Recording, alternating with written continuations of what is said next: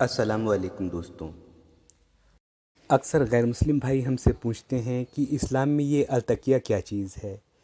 क्या ये गैर मुस्लिमों को बहकाने के लिए मुसलमानों को झूठ बोलने का धार्मिक आदेश नहीं है? देखिए मेरे भाइयों, जैसा आपको समझाया गया है बात वो नहीं है। असल में सच्चाई सिर्फ इतनी है कि जब किसी मुसलमान को उसके धर्म की वजह से जान का ख़तरा दिखाया जाए और अपने ईमान के बारे में झूठ बोलने से उस मुसलमान की जान बच सकती हो, तो उस मुसलमान को अपने ईमान के बारे में अपनी जान बचाने के लिए झूठ बोलने पर कोई गुनाह नहीं है। यही अलतकिया है या तक़िया है। ये मामला उस दौर से जुड़ा हुआ है जब मक्का के गैर मुस्लिम मुसलमानों पर बुरी तरह से जुल्म तोड़ते थे और उन्हें कहते थे कि या तो इस्लाम छोड़ दो या हम तुम्हें कत्ल कर देंगे।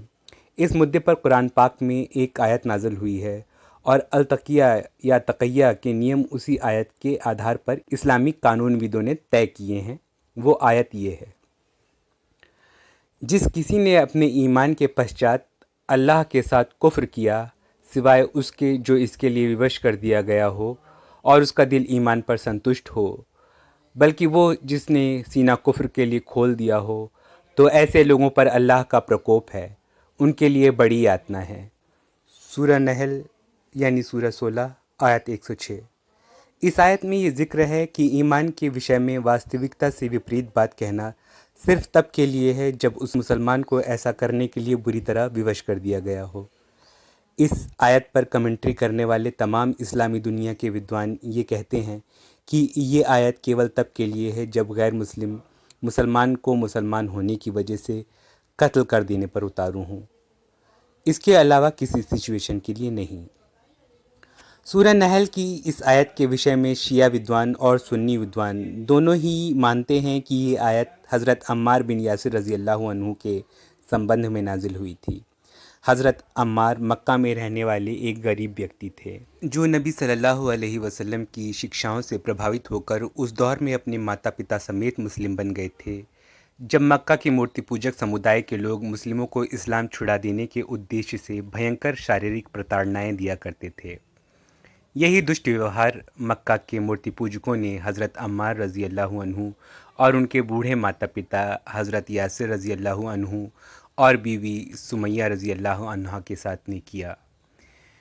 यहाँ तक कि हज़रत यासिर और बीवी सुमैया की निर्मम हत्याएं तक कर डाली। तो जब मक्का के मूर्ति पूजकों की दी हुई प्रताड़नाओं को बर्दाश्त न कर पाने और जिस तरह हज़रत अम्मार के माता पिता को मूर्ति पूजकों ने प्रताड़ित कर कर के मार डाला, इसी तरह वो हज़रत अम्मार की भी हत्या न कर डालें, इस भय से विवश होकर हज़रत अम्मार ने झूठ बोल दिया था कि मैंने इस्लाम को छोड़ दिया और उनकी जान बच गई थी। पर अंदर से वो इस्लाम पर ही कायम थे और केवल अपनी जान बचाने के लिए झूठ बोला था। पर ये झूठ बोलकर वो बुरी तरह अपराध बोझ से ग्रस्त हो गए थे। तब सूरह नहल की ये आयत इस मकसद से उतारी गई कि अम्मार दुखी ना हों, उन पर कोई गुनाह नहीं है, वो विवश थे।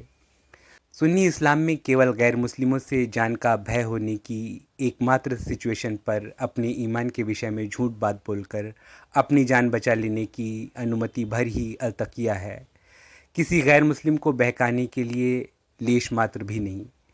शिया इस्लाम में संभवतः इस नियम को थोड़ा और विस्तार दिया गया है, पर जहाँ तक मेरी जानकारी है शिया इस्लाम में भी किसी गैर मुस्लिम को धोखा देने के लिए नहीं, बल्कि चूँकि शिया समुदाय मुसलमानों के भीतर ही एक अल्पसंख्यक समुदाय रहा और सुन्नी बहुल इलाकों में रहने वाले शिया मुसलमान शिया सुन्नी विभेद के किसी विवाद में न पड़ें, इसलिए सुन्नी बहुल इलाकों में रहते हुए अपनी शिया आस्थाओं का प्रदर्शन न करने और सुन्नी आस्थाओं के मुताबिक सार्वजनिक धार्मिक क्रियाकलापों को कर लेने की वैधानिक अनुमति भर का ही विस्तार शिया समुदाय में भी है, यानी वहाँ भी किसी गैर मुस्लिम को धोखा देने की गुंजाइश नहीं है।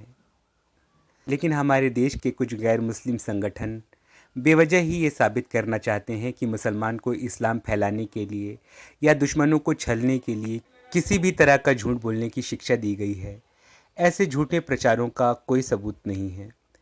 जब मेरे साफ दिल गैर मुस्लिम दोस्त ऐसा कोई झूठा प्रचार मुस्लिमों के ख़िलाफ़ सुने तो आंख बंद करके विश्वास करने की बजाय अगर वो एक बार नेट पर अलतकिया के बारे में किसी इस्लामी साइट पर सर्च कर लेंगे तो ही दूध का दूध और पानी का पानी हो जाएगा। अपने दुश्मनों को धोखा देने के लिए झूठ बोलने का कानून भले ही दूसरों के यहाँ हो सकता है, पर मैं आपको यकीन दिलाता हूँ कि इस्लाम में धोखाधड़ी करने का ऐसा कोई कानून और कोई इजाज़त नहीं है। शुक्रिया।